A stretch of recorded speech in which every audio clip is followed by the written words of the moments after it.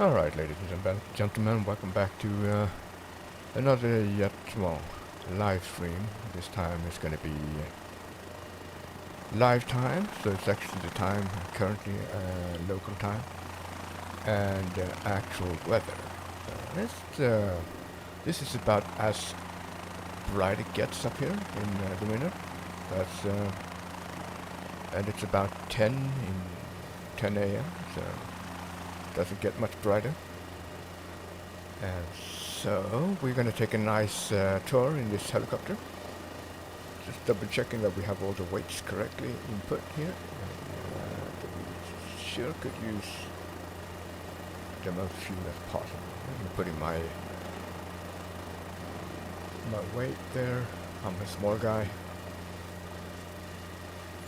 And might as well just put in the maximum amount of fuel. And let's have a nice go at it and see. And while we're flying here, might as well just change a little bit on the text. And I'm gonna just add, you guys gonna get to be part of this, me doing these changes on the fly. It's very easy.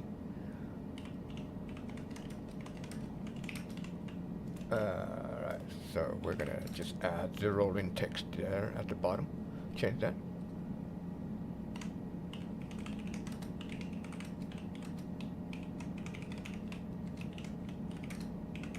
And no, I think that's gonna be good. I'm just gonna add some of these, and you'll see I'm gonna change the text on the fly right there. Alright, so we have the proper text. Let's just engage Tobii, head center, or center it. And microphone should be good. I hope everything is good, volumes are good. And we are taking off. As always, helicopters are always going to be at least the most realistic way of flying it.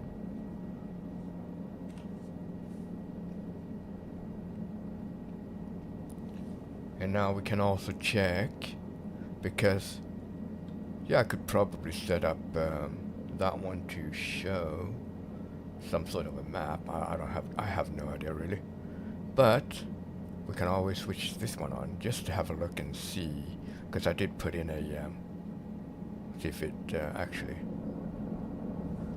did put it in. I don't know if it did. Well, it's fine. We know our way. We're gonna follow the creek there in front of us, and yeah. Alright, just double checking again. Alright, so we have, yeah, it's fine. Alright.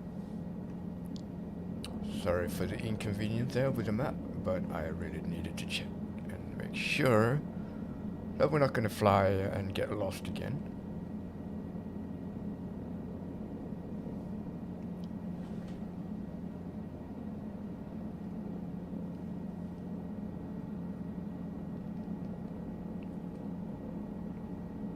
So this is the most northern city we have, Kiruna.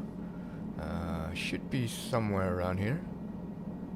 Don't quote me on that, but should be fairly close. Although we're not going to take a look at it. It's a mining community. The town itself has actually been relocated, actually, just to be able to house more room for the mining operations, which is quite some endeavor for sure, regardless of size really. I mean, just relocating a city in general, I mean, that's pretty amazing. I think that's pretty much what we're coming in on. Yep. It's winter time in Sweden, even here where I am, which is about halfway up Sweden from the very southern tip and to the northern tip. I'm pretty much right above the middle part of Sweden, but that's still like some 10 hours from the southern tip by drive or by car to get to where I'm at. So to get to here from the very most southern tip, we're looking at about 20 plus hours by car, easily.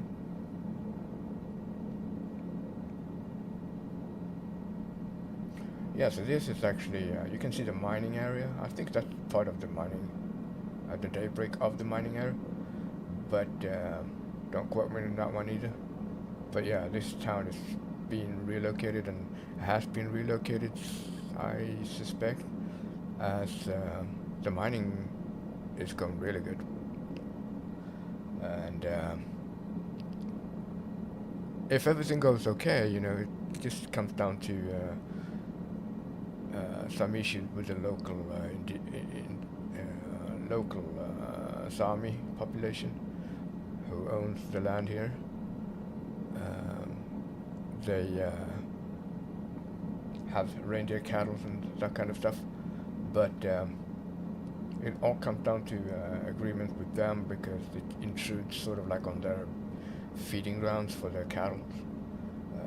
But if everything goes right, like I said, Sweden is going to be Europe's most important country in terms of some deposits that are very crucial for the future of electrification in terms of electrical vehicles and what have you. But because of that is because we don't get to be too dependent on China. That's going to save us a lot of transportation issues and logistics.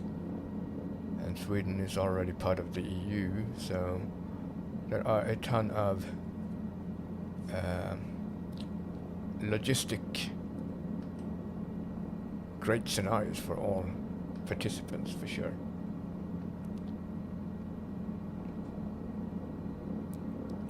As you can see, we are pretty much in the tundra. I think, if I remember it correctly, it's like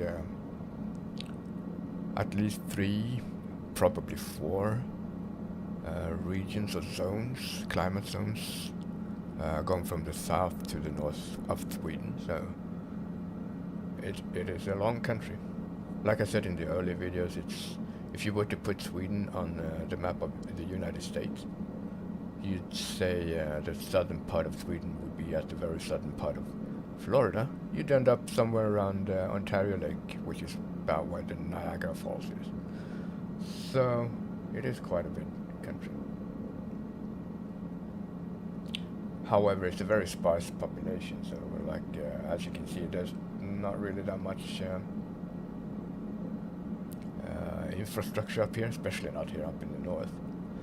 Most agriculture in terms of farmlands usually is about as far as to Uppsala, maybe.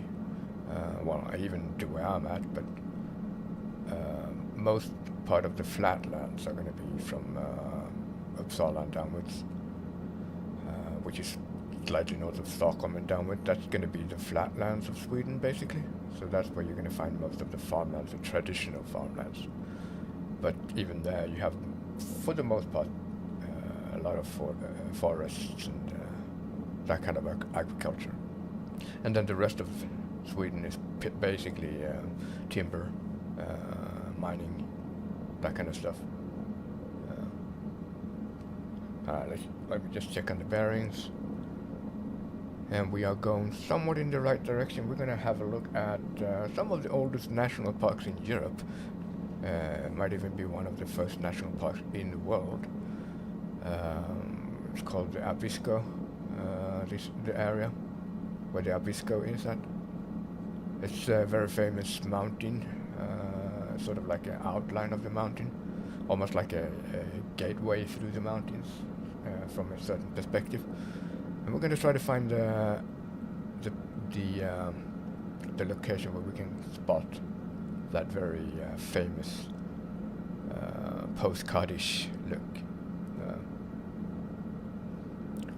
So yeah, like I said, this is real-time weather. We have other players visible, as you can see, but that's about it.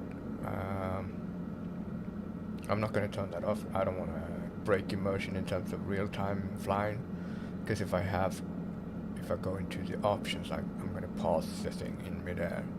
Although we could land somewhere and do that, but it's not too heavily dense of people up here. Not many people probably know about it, other than Swedes and those who are interested in it.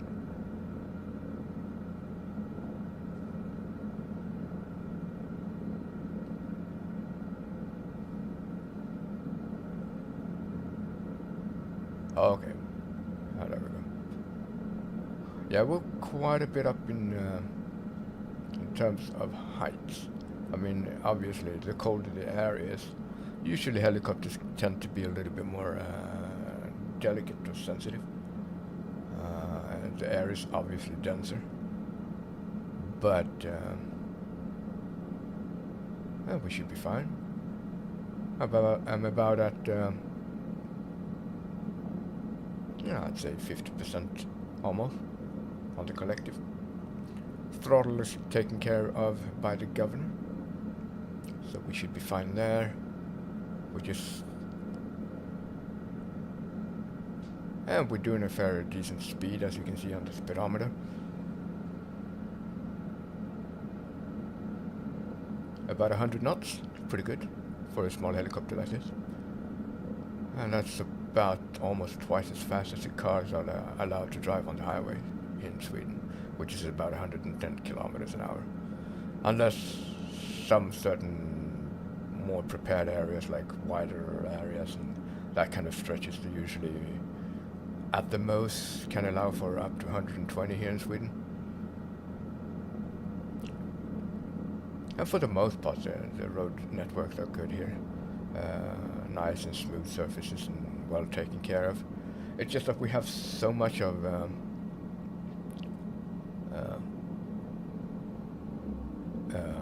animals, so many animals here, roaming about, crossing the roads, and it's more about that, I'd say, especially on the countryside, that it would be more important to mind your speed.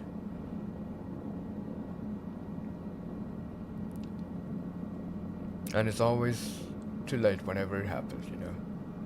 The accident is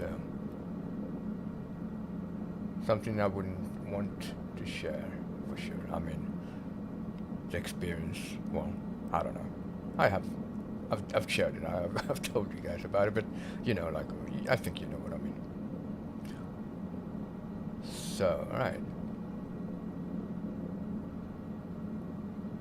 It's quite a bit to fly. I mean, there's not much to see. Well, there is, but at the same time not.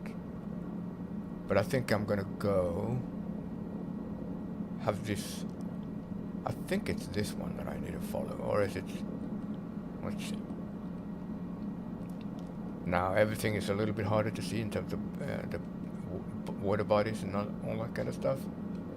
But we need to follow a river, if I remember it correctly. It could be the one that we have to our port side. And yeah, I think it could be that one. Because we don't want to get too far off from the mountain chains. We're going to have to our left side. And we're going to fly a little bit, see where we end up. If not, we're going to end up in Trondheim and the northern part of Norway. Not as north as you can go, though, because that would be up in... I can't remember the name of it. Well, it'll come up. But that is as far up as you can go in Europe, basically.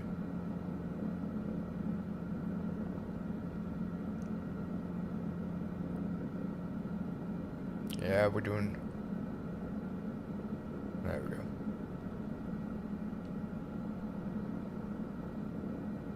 Such a nice scenic area, though, that's for sure. More round hills. We don't have mountains like Norway, but we do have a very diverse countryside for sure.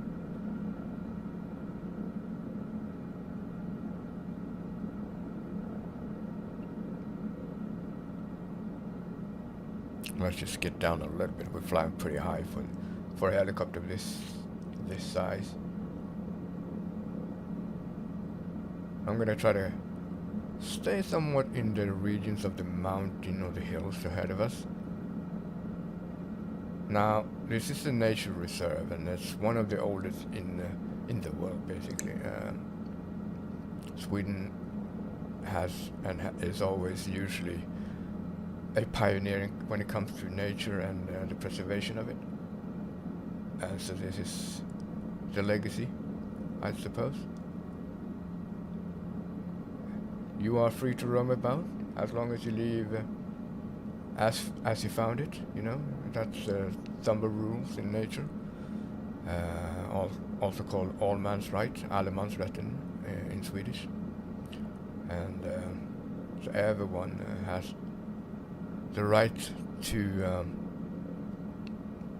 roam in nature as long as you leave the nature as you found it, meaning that you always pick up whatever you brought with you, alright? And don't light things on fire and that kind of stuff. Just be mindful of your surroundings and the environment, and you'll be fine. You can pretty much do whatever you want, wherever you want in nature, as long as it's not private property or anything like that. But other than that, it's just free to roam.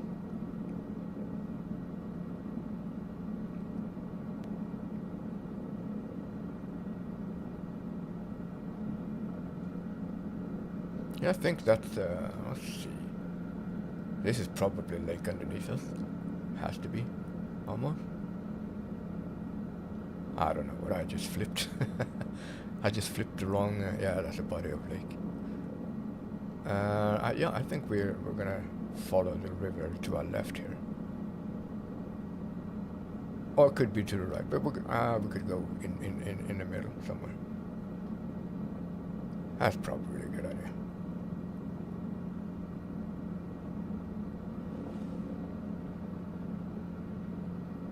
Well, at least we're flying in the right direction, that's for sure. But I think I've only been here once or twice, so we're doing this together, guys. We are in it together. But that's part of the adventure, you know. We do it together. It's always nice to see that some of you guys are coming back as well. I mean, it's been a long time now since I initially started this channel. A lot of things have happened in life. When I started this channel, I think I was just recently married, or newlywed, for example. And yeah, I mean now, well, back then I used to live down in Stockholm. Now I live up north Sweden, 4.5 hours north of Stockholm, basically, by car. So, always having grown up, of course, in a house, usually, 2-story house with a garden and all that stuff. Always had that as a kid. But later, like from the age of 18 maybe, and forward, I used to live in an apartment. We moved to downtown Stockholm. And from there until I moved up north Sweden, I've been living in apartments.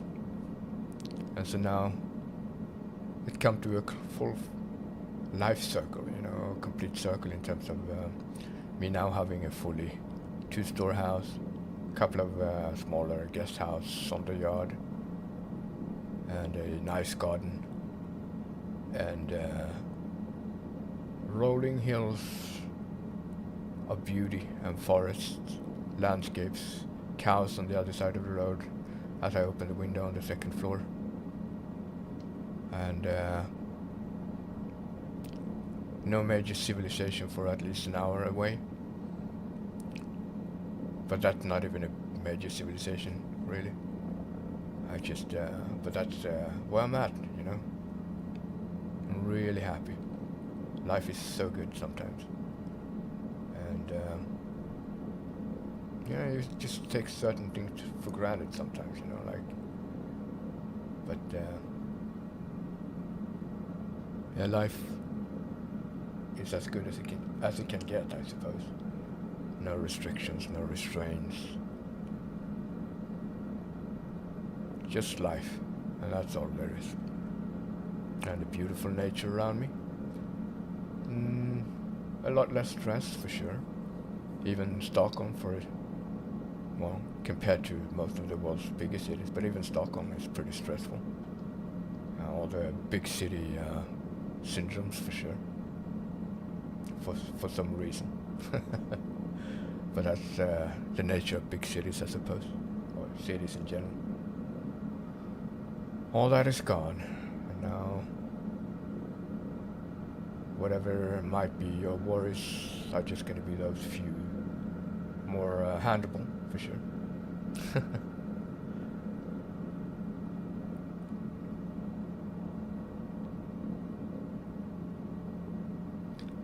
So yeah, this is basically we're coming in on 10:30 a.m. in about 3 minutes, 3 to 2 minutes, or 2 to 3 minutes, and sun doesn't get much higher at this time of the year up here. That's about it. And then somewhere in December we're gonna have complete darkness. Well, it's gonna still have a streak of lights at the horizon, of course, but the sun itself is not gonna be rising. That's the difference.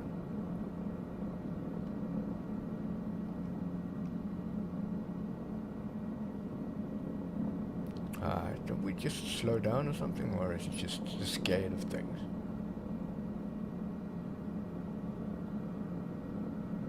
Yeah, I mean this. Come on, you gotta be really like ignorant not to see the beauty of this. I don't know how to put it. Like, might be a little harsh to say it, but it is such a beauty. Not a structure or road or a cabin or anything, as far as the eyes can see.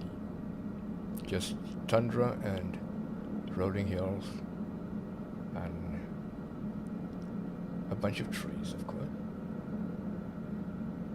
I'm just looking here to my left because there's a very distinct shape of a mountain that I'm looking for. Very commonly seen on postcards from this area. So I might be a little bit too far north. I have no idea. Let's have a look.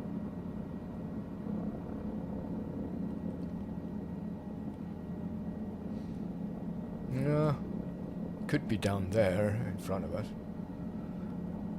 But I don't know.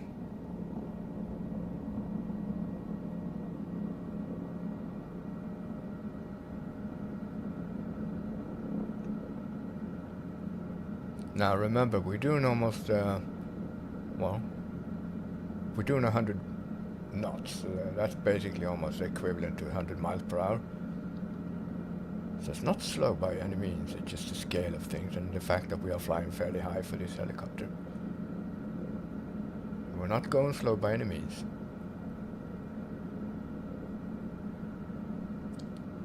But like I said, even here, like, you really want to make sure you have proper clothing if you're going to be out driving, which you can't here anyways, and you're not allowed to use all-terrain vehicles like, well, off-road vehicles like big trucks or rovers and that kind of stuff. If you're going to be out here, at the most skiing, snowmobile, dog sledge, that kind of stuff, that's fine, but you're not allowed to roam about everywhere in certain vehicles because of the preservation of the nature, and this is a nature reserve. So yeah, look like we do have some people here. We're not getting tired alone. I don't know if you guys can see it, but if you tattoo maniac or mantic, I don't know, and Sable Dawn, you guys are watching this at some time in the future, you'll be seeing yourself in the far distance. That's the thing with MSF 2020, at least, is that if you have everything on, and that's a preferable thing as well, I mean, you can turn it off, but if you want, you can always have it on and see everyone flying, whether they see you or not, but at least you feel that the skies are filled with people. And then on top of things, you can actually put live actual traffic on as well. That is being reported in, such as actual flights in real time, and they're being injected into the simulator. I remember one time I tracked my old mom traveling from the Netherlands back to Sweden in real life, and I actually tagged along and tracked her in Microsoft Flight Simulator in real time, because back then when I lived in Stockholm, I used to pick her up at the airport. That was pretty handy to see where she was, whereabouts, sort of like live by launching Microsoft Flight Simulator in waiting for departing from my home, basically. Because from where I was living, or basically if you live somewhere in downtown Stockholm or in that close vicinity, you're taking about 20 minutes if all goes well, normal traffic, driving to Arlanda, the international airport north of Stockholm.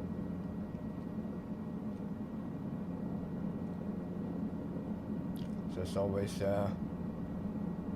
when you have certain distances, it's always good to plan ahead in terms of not being stressed when you want to go out and drive. That's the worst enemy of everything. Let's have a look and see where we're at. Okay, I think we're going a little bit due north. I think if we're going to be correct here, we're going to have to go to get to where I want to be. It would be somewhere to our left there, yeah. We haven't passed it yet, I don't think so. But it should be somewhere in the direction of the tattoo guy there.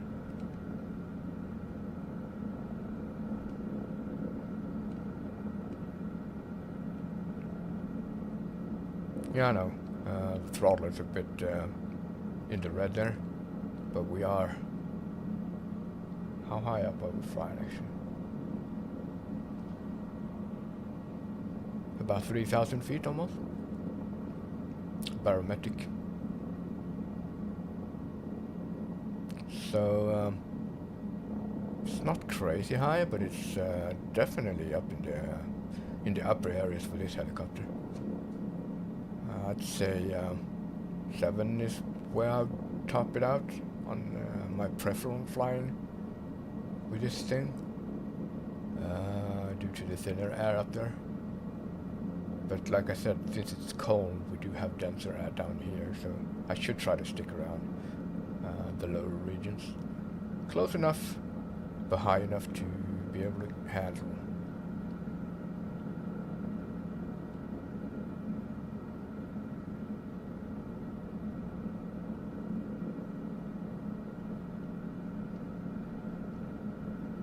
And for your information, we do not have polar bears here. We do have bears, but not polar bears. Those would be much further up, and in different parts of the world as well. We do have a lot of wildlife for sure. We got wolves, we got reindeers here, of course. Obviously, that's not wildlife, but and then we have normal white-tailed deers and mooses. Or it's actually an elk. I think it's a Eurasian elk. I think it is. So we come second, or maybe number one. I can't know. I think we come second after Canada or something. In terms of the amount of Eurasian elks we have, so. Or something like that. I can't remember. But we have a lot of them.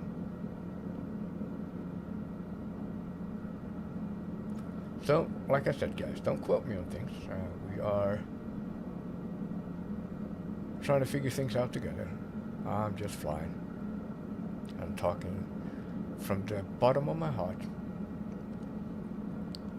whatever comes up in my mind. Some things are me just wondering, and if you're really interested into what I'm talking about, then my recommendation is to look it up. Open up your knowledge base, and there's always things to learn. You're never done learning. That's what it is. You're never done learning. That's part of life. Always have a playful mindset, and it's always good to want to learn something to keep your mind fresh, and it's good for your soul. That's for sure.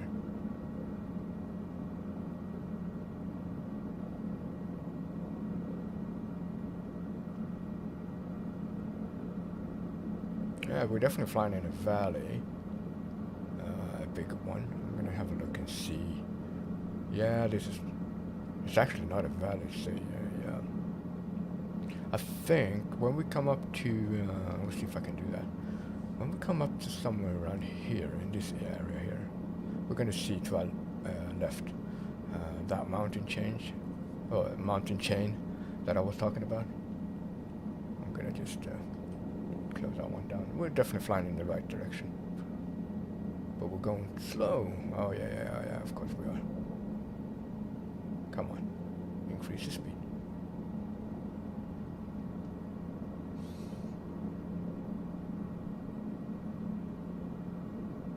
Fuel wise we are good. That'd be the blue bar there. So yeah, like I said earlier, I mean, I think there's a road down here, by the way, somewhere. But yeah, it's the fact that when you're out driving here, wherever you can drive, because, like I said, there is a road here somewhere. I think you can sort of like see where it goes. It sort of like opens up a small streak of open area between the trees here. But distances can be very long and harsh, like you may not always have plowed roads, and conditions might be harsh due to weather changes and climates. So you definitely want to make sure you have enough gas in your car or electricity. And for a gasoline or a fossil-driven car, knock on wood, like it's still useful. You might want to have some spare with you, just in case, because you get stranded here, like you're gonna be waiting for a long time before someone can get you. And there have been occasions where people have been snowed in and not been found until the snow melts away in the spring, and that's a long time to be frozen in a car. Usually you die in the process, like, and it's a pretty horrible way to go away, to be basically forgotten. That's what it is. So you definitely want to plan ahead if you're gonna be going this far up North Sweden in car or by car. Make sure everything works, the car isn't going to break down on you and all that kind of stuff. I think we are coming up here to the left, should be this famous mountain. And you're going to see it. You'll understand what I'm talking about when you see it.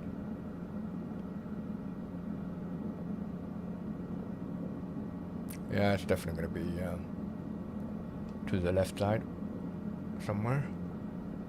A very distinct, almost like a gateway through mountains. A very distinct one. But I think it's going to be ahead, the corner there. You see there's a red string there. I'm pointing at it. Somewhere there we're going to be able to see it. Alright, come on, don't slow down. Pick up speed again. At least we're not flying too off, I mean. We have a little bit of wind from the north, crosswind. A little bit. But weather can definitely change, especially in valleys. With mountains left and right, and at this low altitude, we're not going to be affected too much of the high winds, but still though. We are flying in live weather conditions, so at least these are the reported weather currently on site, and should be the live lighting of the area as well. So this is about the lighting that we would expect if we would actually be here in real life.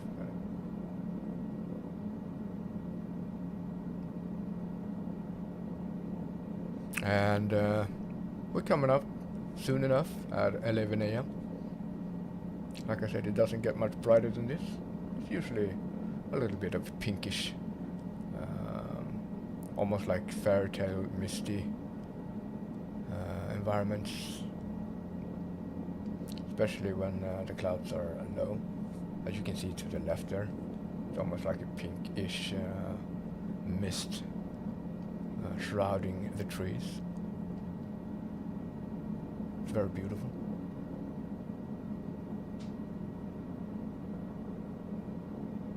I need to pick up some speed again because I'm just increasing altitude instead, which I don't want to do in this thing.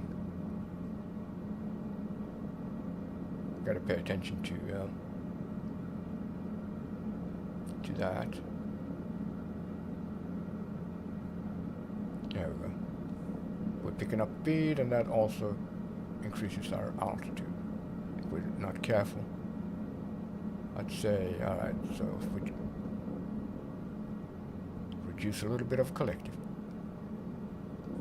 There we go. Try to pick up speed. We should be down at a more convenient altitude.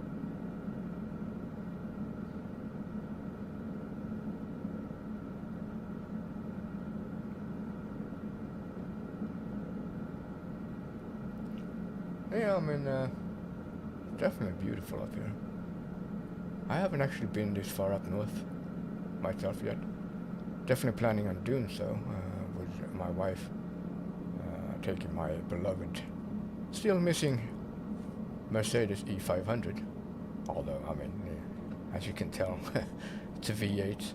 Not very fuel efficient for sure, but it can definitely do close to 800 kilometers easily on one tank. So, I mean, for a V8, it's actually pretty good. So you can definitely get up here in one go easily.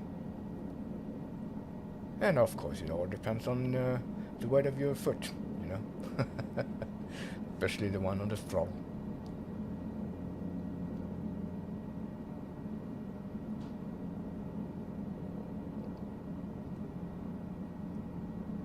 Alright, come on, let's pick up some speed.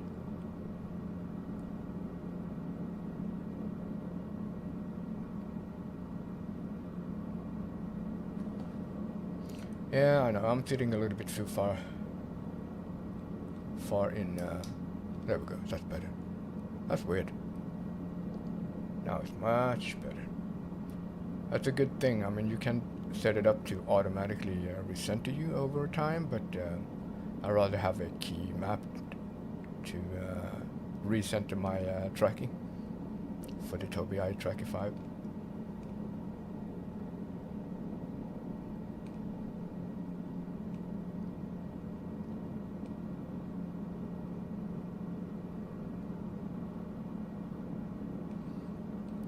Alright, let's see where we are, because we should be able to see that infamous mountain, or the gate through the mountains. Let's have a look, see where we are. Yeah, I think it's going to be somewhere to our left. Could be some of those mountains there.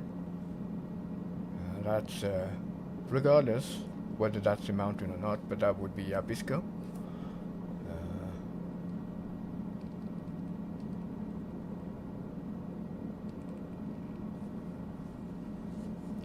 The world's oldest nature reserve, actually. also to be added, that is. Or, well,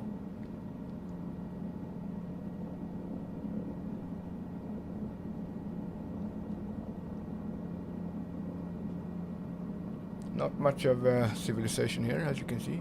The big body of water underneath us, obviously now frozen. It is winter time after all. I think that's the one. Is it? That's the one. Very commonly found on postcards, that little opening there. And this is almost about as high as the sun will rise at this time of the year here. And in not too much, like in a month or so ahead, it's not even go above the horizon. You'll still some sunlight, but the sun itself will not rise more. Alright. So, I'm thinking, I mean, we're not gonna fly all the way to Norway. That'd be a little bit too extreme for this little one. But I'm thinking that maybe we can land on the mountain up there. If we can get up there though, because they're thin enough as it is. We're looking at 3,000 feet now and climbing.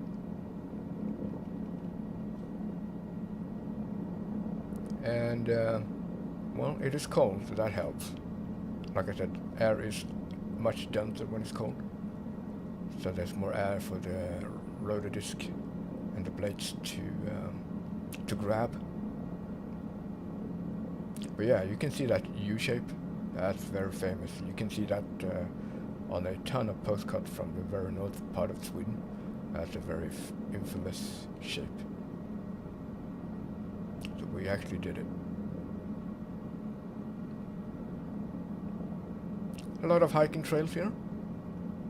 Definitely follow the the trail marks, but also inform locals, you know, or at least people you know, where you plan to head your route, so that at least if you get lost or not coming back, at least people know where to start looking. You know, that's a rule of thumb, especially when you're going this far out in the wilderness.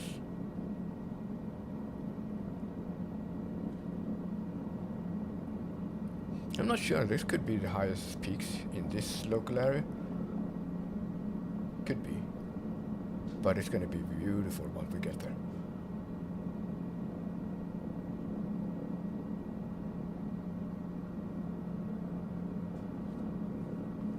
So we did it. We did it. We finally got us to this position.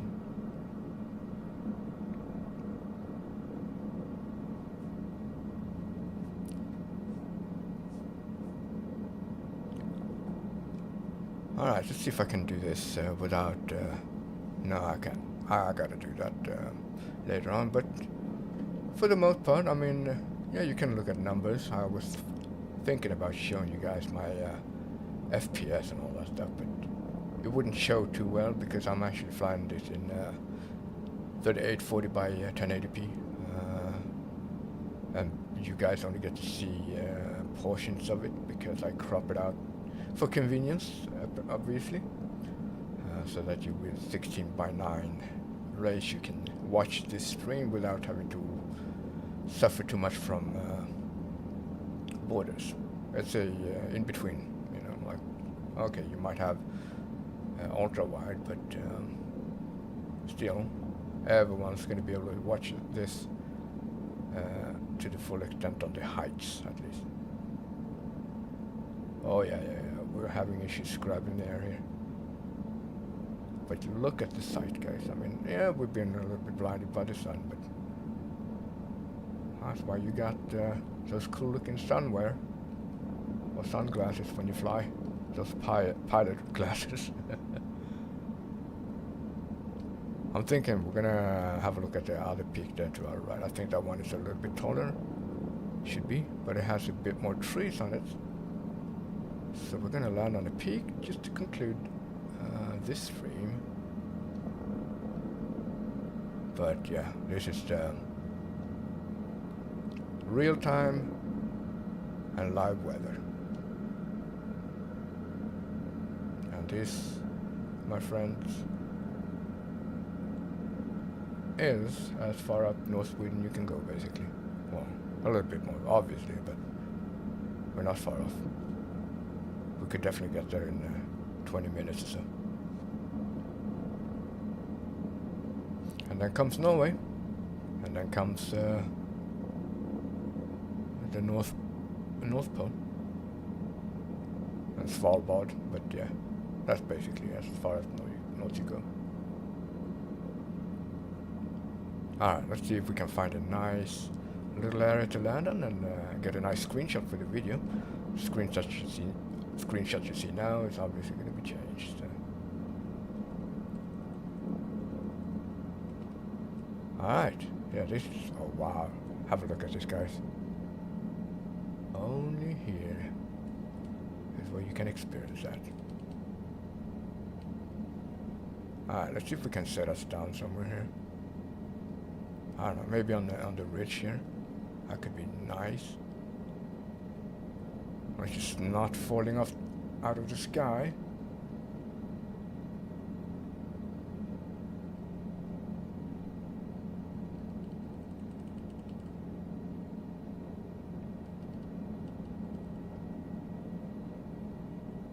And it's live weather as well, so.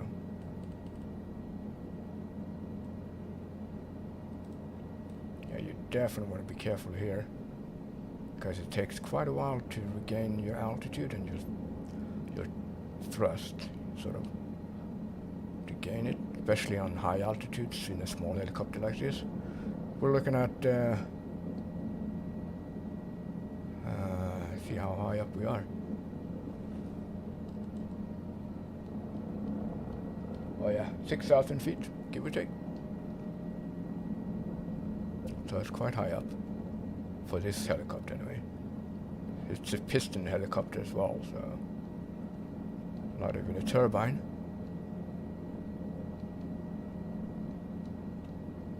And it's not a turboprop either. So a turboprop would probably help, but I wouldn't know how that would fit on such a small aircraft. Because you could definitely use that a little extra inducement of extra compressed air, especially on high altitudes. But there are other helicopters probably better at that. Let's just put us down a little bit more on the top. We got heavy crosswind from our north, which is going to be from the left. That's the north. And you usually want to land with the wind ahead of you, or headwind, sort of.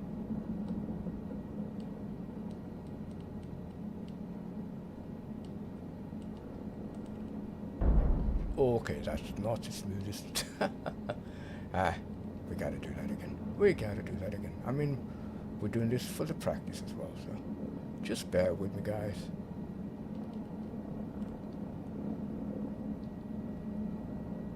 Kinda wanna land.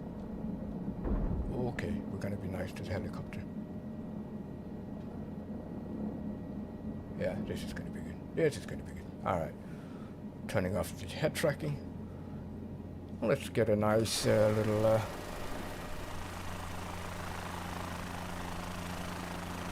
screenshot.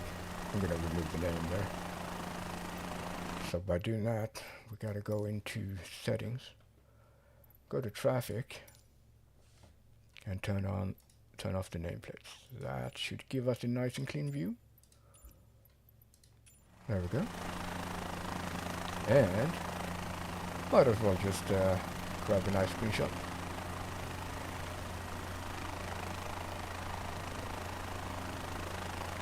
I don't know which I... Come on, did I press the right button this time? I hope I did.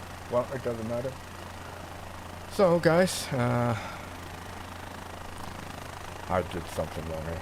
I definitely did something wrong here. Oh well, it's fine. So, thanks for watching, guys. I am signing off from here. We have landed in the Abisko area, and we've been flying in real time, real weather. This is as high up as the sun goes at this time of the year in the very northern part of Sweden, and it's not going to be too long before it's just about barely visible at the horizon. But that's it, guys. Thanks for watching. Don't forget to hit the subscribe, like, and notification bell if you haven't already. And I will be seeing you guys in the next one. Peace out.